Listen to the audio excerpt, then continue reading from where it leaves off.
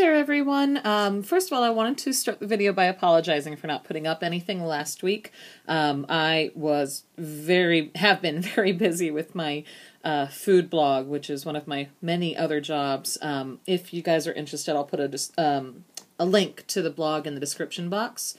There was a big food festival out in I live in Chicago, so out here in Chicago last weekend we had the Chicago Gourmet Festival, which is basically where all of the best chefs in the city get together and bring all of their best food. So I went out to cover it for my food blog, and that was basically all I did last weekend. It's so much fun, and I got to meet a lot of really awesome chefs. If you ever watch Food Network, there was like a lot of Food Network's people out there, and some top chef contestants and stuff like that. So that's what I was doing then. And I also ended up getting a bit of press for the shadow box that I showed you guys in my last video, the one that I made for MOTO restaurant.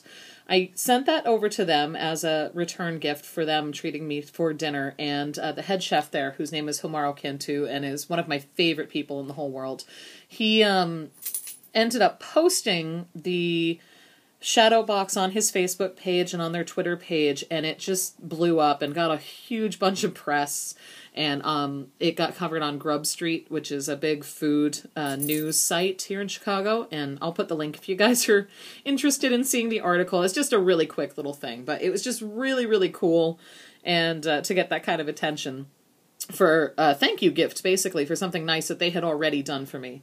And I ended up going to their sister restaurant for dinner on Thursday night, so that was awesome, and it's just kind of been keeping me busy. So with all of that being said, I have a few things to show you, not a whole lot. I've also been really busy getting the Etsy shop together, and it is up and live. Remember to go to the Facebook page and like it, because I did put a code up for free shipping on the Facebook page.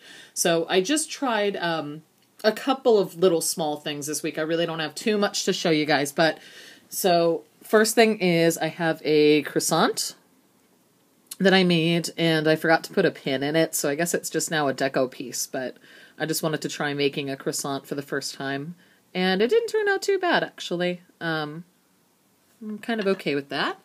Then I made a couple of Danishes. This one is supposed to be like an apricot Danish, and there's just a little bit too much filling. It filled in the Danish more than I wanted it to. As you can see, I did the swirl pattern, so I wanted that to show a little bit more on the top, but it really didn't. And then I did a raspberry one too. You can see that. And then the last thing I did out of clay was this cinnamon roll. The glaze on the top just did not come out looking how I wanted it to, but the shading, I think, came out pretty good.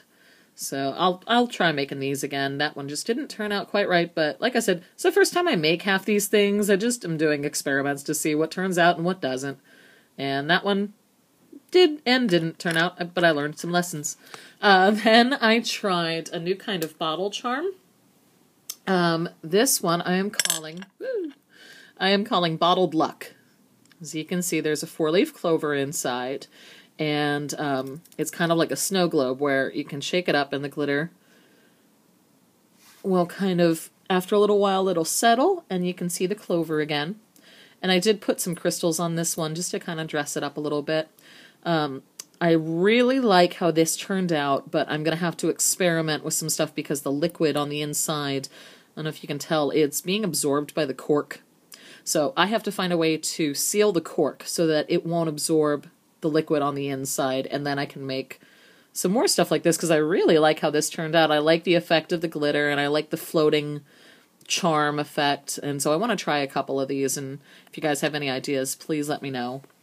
The last thing I have is not actually finished yet, but it's in the process. A friend of mine left a comment on the Facebook page that he wanted me to try and recreate the Eternal Youth potion from the movie Death Becomes Her, I think.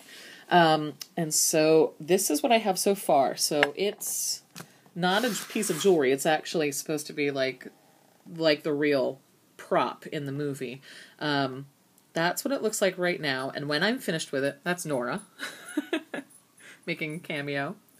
When I'm finished with this, it will light up. And I have these lights that are meant for flower arrangements. And it's just these little LED lights that are on a wire. And that will go, let's see if I can do this. It'll go inside the bottle, and then the bottle will light up like that so that you can see through it. And the potion is supposed to be purple, and it has this kind of like foggy effect to it. So what I had done was added some pearlescent powder, and that all ended up settling at the bottom of the bottle.